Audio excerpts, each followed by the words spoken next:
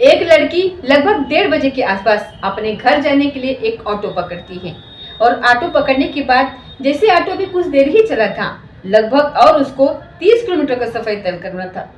लड़की को थोड़ा शक होता है। वो अपने भाभी को फोन मिलाती है और भाभी से कहती है, भाभी मुझे ये ऑटो वाला बिल्कुल भी अच्छा नहीं लग रहा। ऐसे लग रहा है कि जैसे कुछ संदिग्ध हो, जैसे कि इसकी नीयत खराब हो। जैसे ही लड़की ने अपने भाभी से ये बात बताई तो भाभी कहती है, तुम्हें बिल्कुल भी परेशान होने की जरूरत नहीं है, मैं तुम्हारी भैया से बात कराती हूँ। अब भाई फोन पर बातचीत करने लगता है। भाई कहता है कि तुम परेशान मत होना, एक काम करो, तुम मुझसे लगातार बातचीत करती रहो और साथ ही मुझे अपनी लाइव लोकेशन भेजो ताकि मैं ये देखता रहूं कि तुम कहाँ जा रही हो और कहाँ नहीं जा रही हो। कोई दिक्कत हो, कोई परेशानी हो तो तुरंत मुझे बताना। बहन ने वही काम करने की कोशिश की जो भाई ने बिल्कुल रास्ता बताया था और अचानक ही बहन का नंबर बंद हो जाता है। जैसे ही बहन का नंबर बंद होता है उसके बाद बहन का जब नंबर मिल नहीं रहा था तो भाई परेशान हो जाता है। भाई के दिमाग में आता है कि क्यों ना 112 नंबर पर कॉल करके पुलिस से मदद मांगी जाए। तुरंत ही पुलिस मदद भी करेगी, लेकिन पुलिस शायद उतनी ईमानदारी से, उतनी शिद्दत से वो काम नहीं कर पाती है और देखते ही देखते एक कत्ल हो जाता है।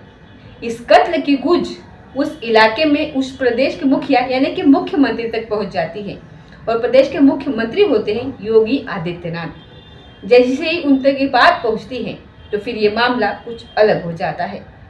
जिसने कत्ल किया था फिर उसको इनकाउंटर में ढेर कर दिया जाता है। दरअसल इस कहानी को सुनने के बाद आप लोग भी सोचने पर मजबूर हो जाएंगे कि कुछ लोगों की मानसिकता किस लेवल की गिरी हुई होती है। नमस्कार, स्वागत है आपका हमारे चैनल पर। आज की जो सच्ची घटना मैं आपको सुनाने जा रही हूँ, ये सच्ची घटना है उत्तर प्रदेश की राजधानी लखनऊ की। दरअसल अयोध्या के रोहानी एक जगह लगती है, वहां की रहने वाली एक महिला होती है जिसकी उम्र लगभग 30 साल के आसपास होती है। वो पढ़ी हुई होती है, बीएड उसने किया हुआ होता है और उसका जो पति होता है वो पेशे से दर्जी होता है। 13 साल का उसका एक लड़का भी होता है।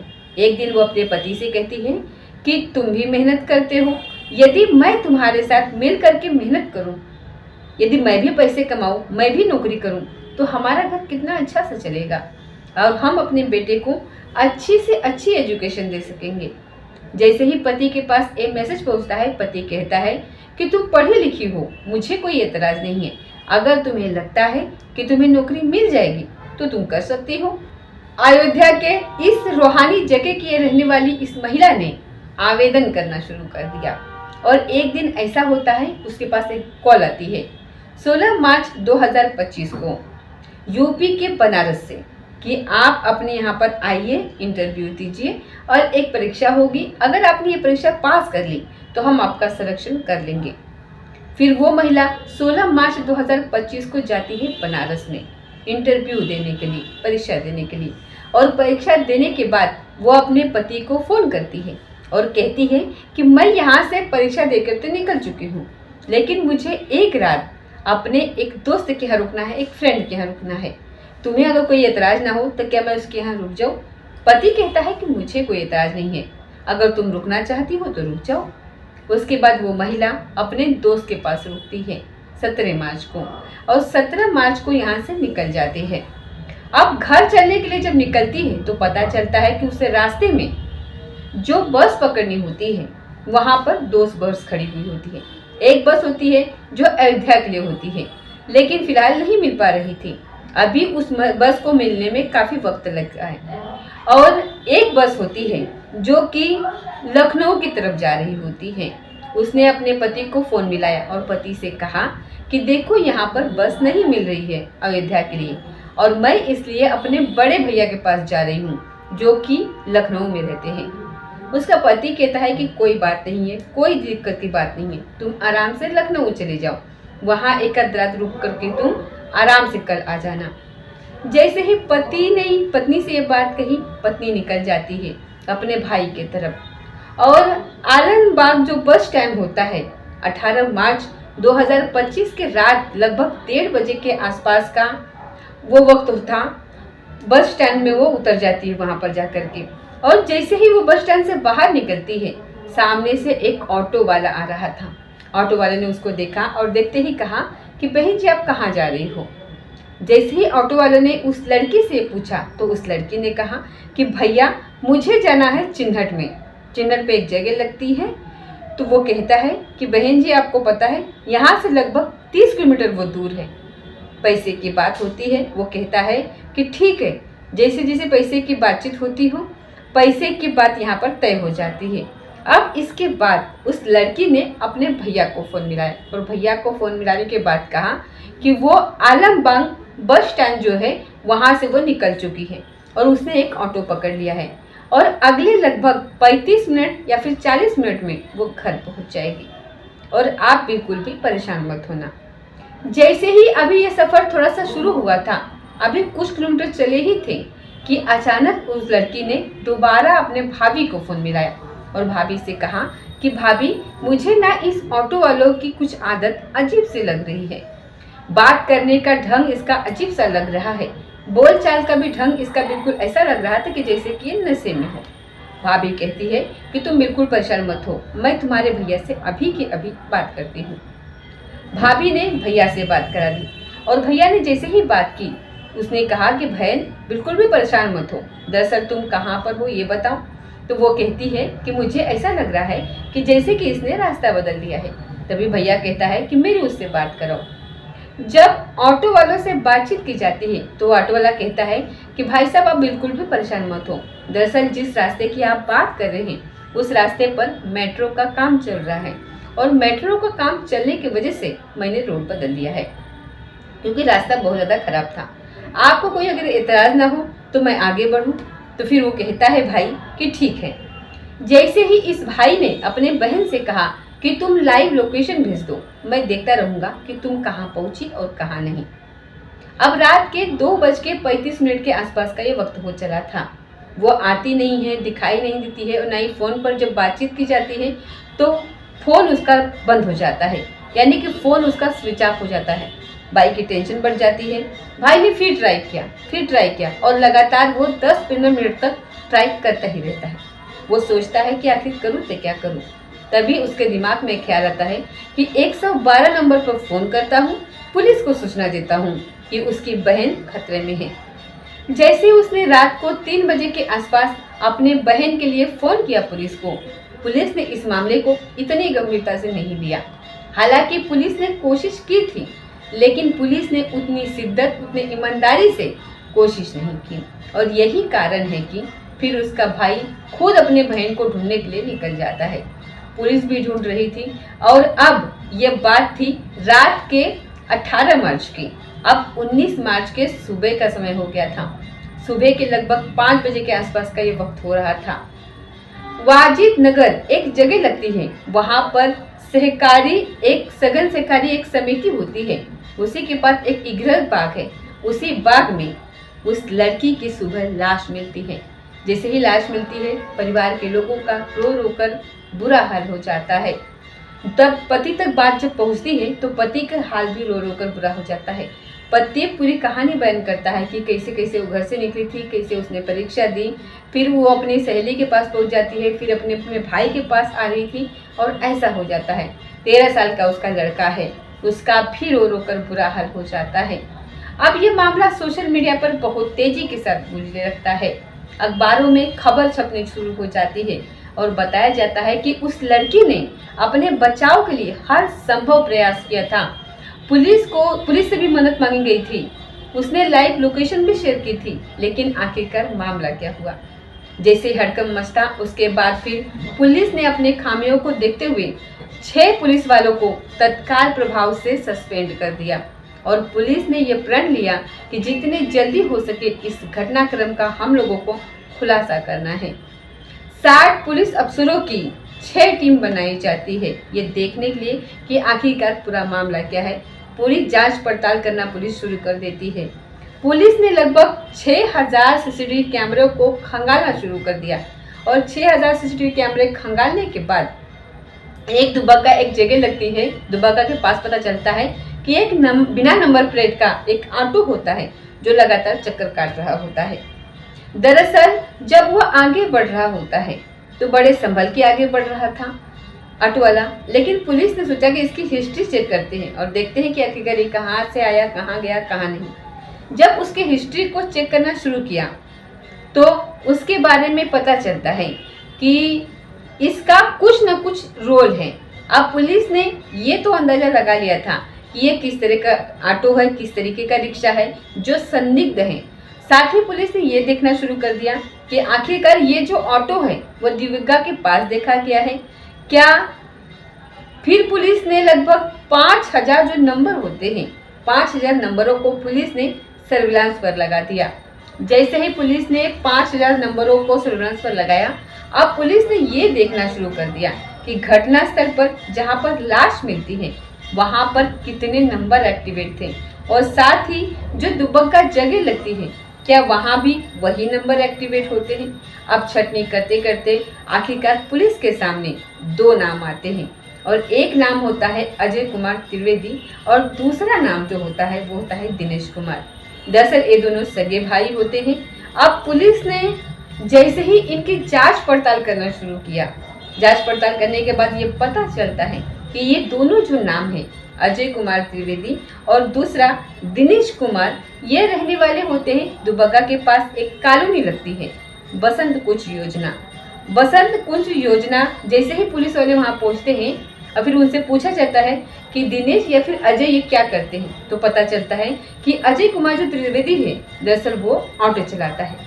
पुलिस ने जब उसके ऑटो को देखा तो जो ऑटो वो संदिग्ध था वही ऑटो यहाँ पर दिखाई देता है। अब पुलिस पूछती है कि अजय कुमार और दूसरा इसका जो ये भाई है दिनेश, ये आखिरकार है कहाँ। तो फिर उनके बारे में पता चलता है कि वो घर पर नहीं है। पुलिस ने जब इनकी हिस्ट्री खंगालना शुरू किया तो पता चलता है कि अजय कुमार त्रिवेदी जो है इस पर 22 मुकदमे पहले से ही दर्ज थे और जो इसका भाई होता है उस पर लगभग 9 मुकदमे पहले से ही दर्ज थे। ये हिस्ट्री सीटर होते हैं और पुलिस इनके तलाश में थी। आखिरकार ये फरार थे। पुलिस ने कड़ी मशक्कत के बाद पता चलता है कि मलिहाबाद एक संभासी एक जगह लगती है, वहां पर बाग में एक व्यक्ति के छुपे होने की आशंका होती है जिसका नाम दिनेश होता है। दिनेश के लोकेशन के आधार पर पुलिस आखिरकार उसे हिरासत में ले लेती है 21 मार्च 2025 को। और हिरासत में लेने के बाद जब उससे पूछताछ करती है पुलिस, उससे बातचीत करती है, तो पता चलता है कि इसका जो बड़ा भाई है अजय कुमार त्रिवेदी, दरअसल वो नशे का आदी होता है और उसको नशा कई तरीके का वो करता है, चाहे वो शराब हो, चाहे नशीली गोलियां लेता हो। उसी के भाई ने ये बताया था कि आलमबाग बस अड्डे पर रात के जब 1:30 के आसपास का ये वक्त हो चला था तो उसको एक लड़की बस स्टैंड से आती हुई दिखाई देती है। उस लड़की को देखते ही उसकी नीयत खराब हो जाती है। उसके बाद वो अपने भाई को फ़ोन करता है दिनेश को। दिनेश से कहता है कि मैं आलमबाग से निकलूँगा और नेहरिया होते हुए यहाँ से कानपुर हरदोई हाईवे होते हुए बुद्धेश्वर एक जगह लगती है, वहाँ से दुबग्गा चौराहे पर पहुँचूँगा और तुम अंधे की जो पुलिस है, अंधे की जो पुलिस चौकी है उसी के पास तुम पहुँच जाना, वहाँ तुम मुझसे मुलाकात करना। जैसे ही भाई ने भाई को ये रास्ता बताया, वो पहले से ही वहाँ पर इंतज़ार कर रहा होता है और इंतज़ार करने के बाद अंधे की चौकी के पास जैसे ही ये ऑटो रुकता है, लड़की चुपचाप बैठी हुई थी। लड़की को तब तक नहीं पता था कि उसका अपहरण कर लिया गया है। जैसे ही भाई सामने दिखाई देता है, अजय तुरंत ही अपने ऑटो से उतर जाता है और उतरने के बाद वो पीछे आके बैठ जाता है और अपने भाई से कहता है कि तुम अब ऑटो चलाओ। लड़की ने वही देखा, पास में एक अंधे की चौकी है, पुलिस है। पुलिस चौकी को देख करके, हालांकि वहाँ पर थोड़ा अंधेरा हो रहा था, उस लड़की ने जोर जोर से चीखना चिल्लाना जैसे ही शुरू किया, तुरंत ही अजय ने उस लड़की को पीटना शुरू कर दिया। उसने कहा कि चीखने और चिल्लाने की कोशिश की तो तुम्हें यही मार दूंगा। उसके साथ वो बहुत ज़्यादा मारपीट भी करना शुरू कर देते हैं। उस लड़की का वो जो मुंह होता है वो किसी कपड़े से वो बंद कर देते हैं ताकि वो चीख ना सके, चिल्ला ना सके। अब लड़की ने वहाँ पर जिद करना शुरू कर दिया और यहाँ से निकलने की, बचने की तमाम कोशिश करनी उसने शुरू कर दी। उसने अपने भाई दिनेश से कहा कि जितने जल्दी हो सके यहाँ से इस ऑटो को जंगल की तरफ से लेकर चलो। अब यहाँ से कसमंडी से ये मलिहाबाद एक जगह लगती है, उसी में एक वाजिद नगर लगता है और वाजिद नगर के पास ही एक आम का बगीचा होता है, इशरत का बाग बताते हैं उसको। फिर ये ऑटो वहां पर लेकर के पहुंच जाते हैं। लड़की रास्ते भर में विरोध करती रहती है ताकि उसके साथ कोई गलत काम ना हो जाए, कोई गलत हरकत ना हो जाए। उसे खींचते हुए वो लोग बाग की तरफ लेकर के जाते हैं और बाग की तरफ ले जाने के बाद उस लड़की के साथ वो जबरदस्ती करने लगते हैं, उसके कपड़े फाड़ना शुरू कर देते हैं। और जैसे ही कपड़े फाड़ रहे थे, लेकिन उसने हिम्मत नहीं हारी थी लड़की ने, और आखिरी दम तक वो कोशिश करती रहती है। जब बात हद से ज़्यादा बढ़ जाती है, उसके बाद उसके साथ वो मारपीट भी करते हैं, उसको कंट्रोल में करने की पूरी कोशिश करते हैं, लेकिन वो कंट्रोल में नहीं होती है। तो फिर उसी के ही पैजामे से उसका गला घोट करके हत्या कर देते हैं। यानी कि अब वो यहाँ से भाग जाते हैं, लेकिन पुलिस एक अपराधी को तो पकड़ ही चुकी थी, उसको गिरफ्तार करके जेल भेज देती है। अब पुलिस के लिए जो मेन आरोपी था वो अजय कुमार था। आखिरकार पुलिस उसके पीछे पड़ जाती है, उसको ढूंढने में लग जाती है। तो ये 21 मार्च 2025 की रात लगभग 9 बजे के आसपास उसकी जो लोकेशन पाई जाती है वो हरदोई हायदोई के पास अमरपाली एक वाटर पार्क होता है। वहाँ पर एक महमूद नगर होता है। महमूद नगर की तरफ से वो बाइक लेकर के आ रहा था। पुलिस ने उसे रोकने की कोशिश की, और रोकने की जब कोशिश की तो वो रुकता नहीं है। फिर उसे समझाने की पुलिस कोशिश करती है, उसे कहती है कि रुक जाओ, लेकिन पुलिस को देखते ही उसने एकदम से पुलिस के ऊपर गोली चलानी शुरू कर दी। और जैसे ही पुलिस की तरफ वो गोली चलाता है, पुलिस जवाबी कार्रवाई में उसको भी गोली मार देती है। जैसे उस व्यक्ति को गोली लगती है, वो गंभीर रूप से घायल हो जाता है और नज़दीकी एक हॉस्पिटल में उसको एडमिट कराया जाता है, लेकिन तब तक उसकी वहाँ पर मौत हो चुकी थी। जैसे ही पुलिस ने उसके बारे में जानने की कोशिश की तो पता चलता है कि 1 साल पहले ही उसकी पत्नी का देहांत हो चुका था, और उसकी एक 1.5 साल की बेटी भी है जो छोटी सी बच्ची है। अब उस बच्ची की परवरिश कैसे होगी, साथ ही उसकी वजह से एक बेकसूर महिला की, जिसकी कोई गलती नहीं थी, जो कि मेहनत से अपने पति का, अपने परिवार का भरण पोषण करना चाहती थी, जो कि अपने बेटे को एक अच्छी एजुकेशन देना चाहती थी, एक नौकरी के तलाश में थी। उस महिला को देख करके नीयत खराब हो जाती है। उसके साथ वो रेप जैसी घटना को अंजाम देने की पूरी कोशिश करता है, लेकिन उस महिला ने अपनी जान देना बेहतर समझा, लेकिन उस दरिंदे के सामने वो किसी भी कीमत पर झुकी नहीं। जब ये बात उत्तर प्रदेश के मुख्यमंत्री योगी आदित्यनाथ तक पहुंचती है तो इस घटना को लेकर के उन्हें बड़ा अफसोस होता है। पुलिस इस मामले की जांच पड़ताल जब करती है तो पता चलता है कि आखिरकार वो व्यक्ति खुद ही रजिस्टर होता है। पुलिस ने उसको सबक सिखाने के लिए हमेशा के लिए मौत की नींद सुला दिया। दोस्तों, इस पूरे घटनाक्रम को सुनाने का उद्देश्य किसी को परेशान करना नहीं है, किसी का दिल दुखाना नहीं है, बल्कि आपको जागरूक करना है, आपको सचेत करना है, और आपको बताना है कि आज के समय में, आज के दौर में इस तरीके की घटनाएं आम हो गई हैं। इसीलिए महिलाओं को जहां हो सके रात के समय में तो अकेले ही ट्रेवल बिल्कुल भी नहीं करना चाहिए, जबकि रात के 9 बजे के बाद भले ही दुनिया कितनी भी आगे चली जाए, कितनी भी आत्मनिर्भर लड़कियां हो जाए, लेकिन सेफ्टी इसी में है कि रात में अकेले निकलना किसी के लिए सेफ नहीं होता। ना तो किसी इंसानों के लिए सेफ है, ना तो किसी पुरुषों के लिए सेफ है, और ना ही महिलाओं के लिए सेफ है। तो जहाँ तक कोशिश करें, कई लोगों को हमारी ये बातें सही नहीं लगती हैं, तो उसका नतीजा तो कोई कुछ कह ही नहीं था, लेकिन जहाँ तक हो सके तो हमारी तो यही राय है कि रात के समय में किसी को भी अकेले ट्रेवल बिल्कुल भी नहीं करना चाहिए, खासकर महिलाओं को। तो आप अगर हमारी बात से सहमत हैं तो चैनल को लाइक और सब्सक्राइब जरूर कर दीजिए। तो ये थी आज की सच्ची घटना। मिलते हैं अगले किसी सच्ची घटना के साथ, तब तक जय हिंद, जय भारत।